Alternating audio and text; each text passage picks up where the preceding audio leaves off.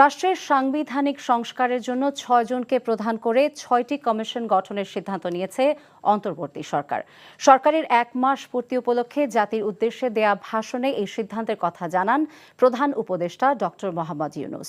সংস্কারের গুরু দায়িত্ব অন্তর্বর্তী সরকারকে দিয়ে দর্শকের গ্যালারিতে বসে না থেকে সরকারকে সহযোগিতার আহ্বান জানান তিনি। বলেন, একটি নতুন জনপ্রশাসন কাঠামো দাঁড় করানো সরকারের প্রথম মাসের বড় অর্জন।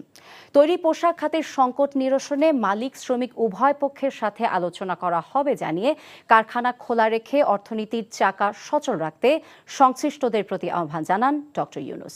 মুকসিমুল হাসানের রিপোর্ট। তাদের চোখের দৃষ্টি ছাত্র জনতার গণ অভ্যুত্থানের মধ্য দিয়ে ১৫ বছরের স্বৈর শাসনের অবসানের পর গত ৮ আগস্ট অন্তর্বর্তী সরকারের প্রধান উপদেষ্টার শপথ নেন নোবেল বিজয়ী ডক্টর মোহাম্মদ ইউনূস। তার সরকারের ১ মাস পূর্তি উপলক্ষে